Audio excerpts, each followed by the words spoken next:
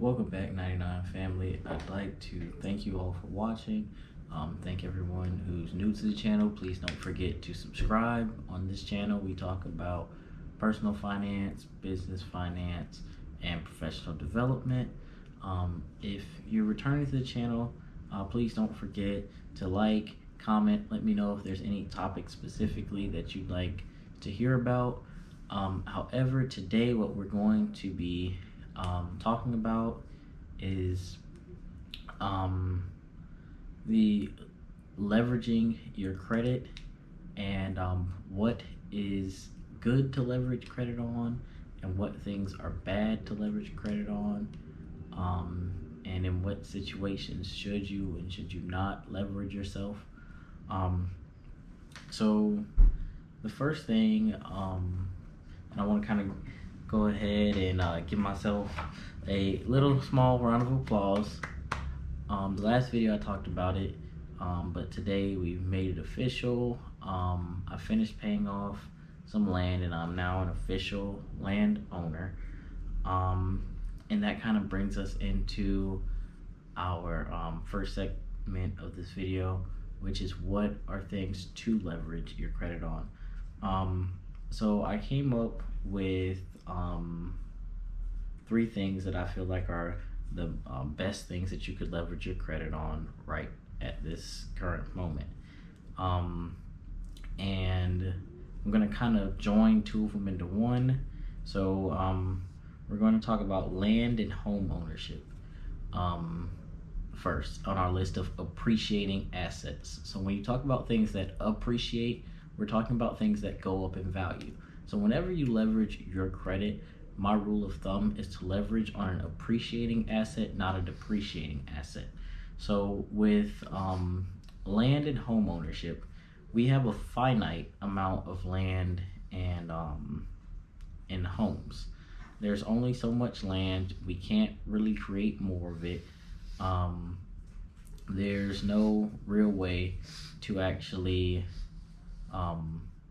do that and create something that's going to be as stable as what we've already been given.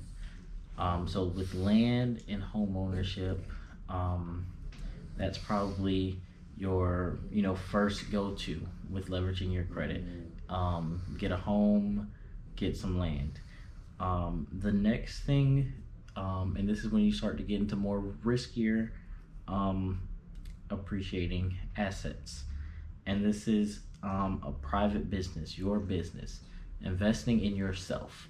I feel like if you don't feel like you're an appreciating asset, then you're doing something wrong. If you don't feel like you can invest in yourself, you're doing something wrong.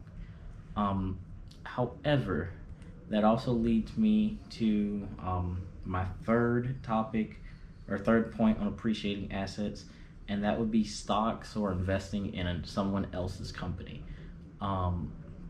This is riskier even than the previous option, as you're depending on someone else in order for you to make money.